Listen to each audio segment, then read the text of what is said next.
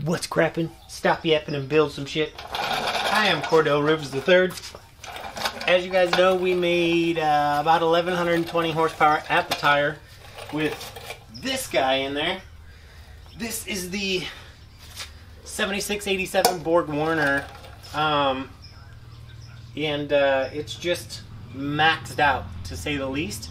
I actually ended up blowing it up, ruined the bushings in it. It is a journal bearing turbo, and we blew up the bushings in it only about 2,000 miles into the build. So I pulled that out and I rebuilt it, and that we can use that as our spare, but we do want to run more boost than 40 pounds peak. We were hitting 45, but we were coming back down to 40.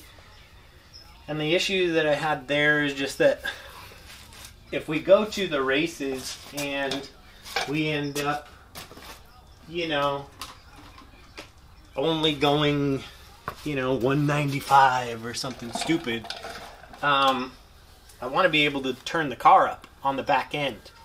And with that Borg Warner, we just can't do that. And obviously the plan in the beginning wasn't to run the Borg Warner. The only reason I got the Borg Warner at all was because it was a cheaper option for a large frame turbo, and I wanted to make sure it would fit in the engine bay, because a lot of this stuff is, you know, not exactly tried and true.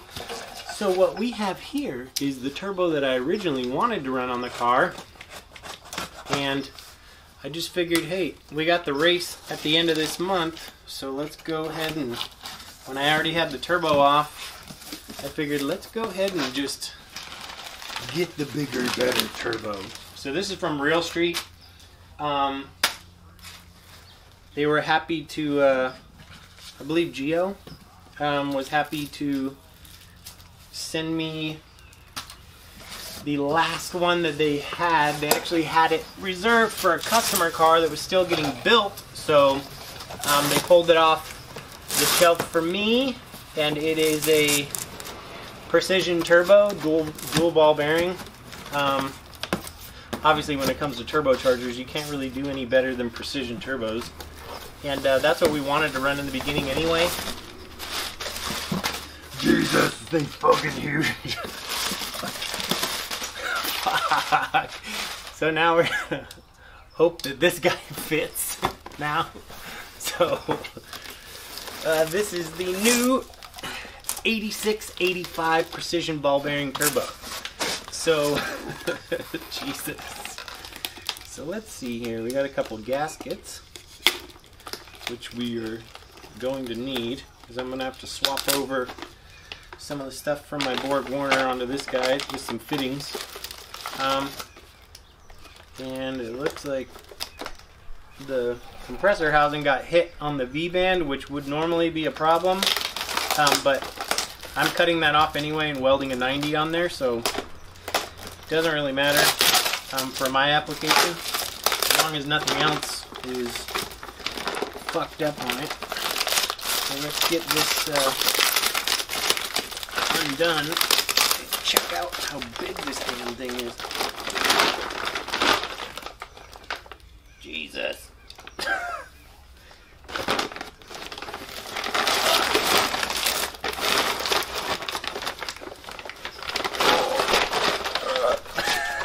So what's really funny is so this is obviously, you know, a massive turbo. It's an 8685. I mean, this thing will, it'll make, you know, 1,500 at the tire on a 2J, and it'll pump, you know, 50 pounds of boost in a decent efficiency range for the turbo. But what's really funny is, so check out the compressor housing on the 8685, which is an 86 millimeter turbine or compressor wheel, and the other one is a 76 millimeter on the Borg Warner. But what's funny is the Borg Warner compressor housing is actually larger because the turbos just aren't as efficient, and they're also just got like a shitty casting on them. So it's just one of those things where, you know, you get what you pay for, and fuck, I'm super psyched to try this thing out. And also, what's funny is the inlet on the Borg-Warner smaller turbo is a 5.5 inch. The inlet on the Precision 8685 is only 5 inch. And then as far as the hot side, everything should pretty much be the same as what we had. So these things have an internal restrictor on them, so we shouldn't have to mess with any of our oil lines. We just need to put a -4 in there. And then our adapter that we have on this guy should bolt up to the same on the Precision. So let's loosen up some of these so we can rotate this. It's actually not rotated that bad right now, but I still want to loosen it up, and we'll put it on the car and just see if it fits.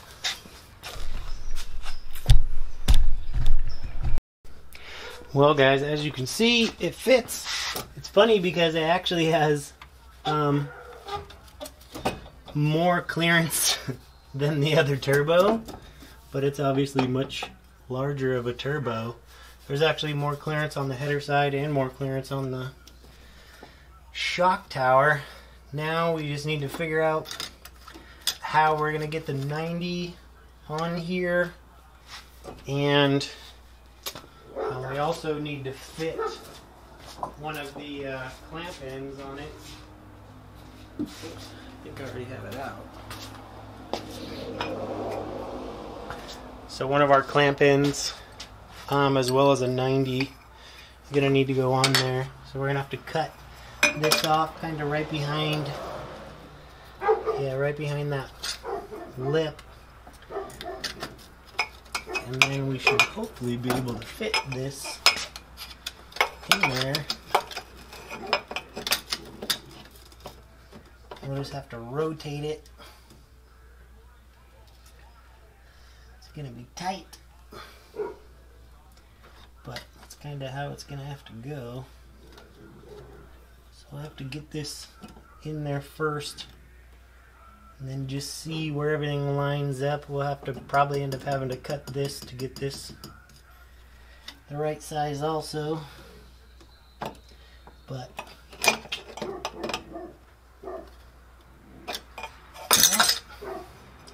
I guess let's cut apart my brand new turbo, and then we'll check back in a little bit. Well, okay guys, I got the turbo in there finally. It took a couple days after cutting some the piping right here. I had to cut it at the 90 and split it and add a coupler, so that way I had some maneuverability when I switch. If I do need to use the other turbo as my spare, I can just switch and just reorient where this coupler is, which I didn't really want to do, but there's already rubber couplers on the intercooler, so it's not like it's a completely non-rubber coupler system. Plus I wanted to take some tension off of the compressor housing. It keeps rotating for some reason. But I have the turbo all bolted up and in there. I'm going to do a startup right now and check to make sure we don't have any leaks on the oil inlet and oil drain. And then we should be good to go from there. So let's give it a shot.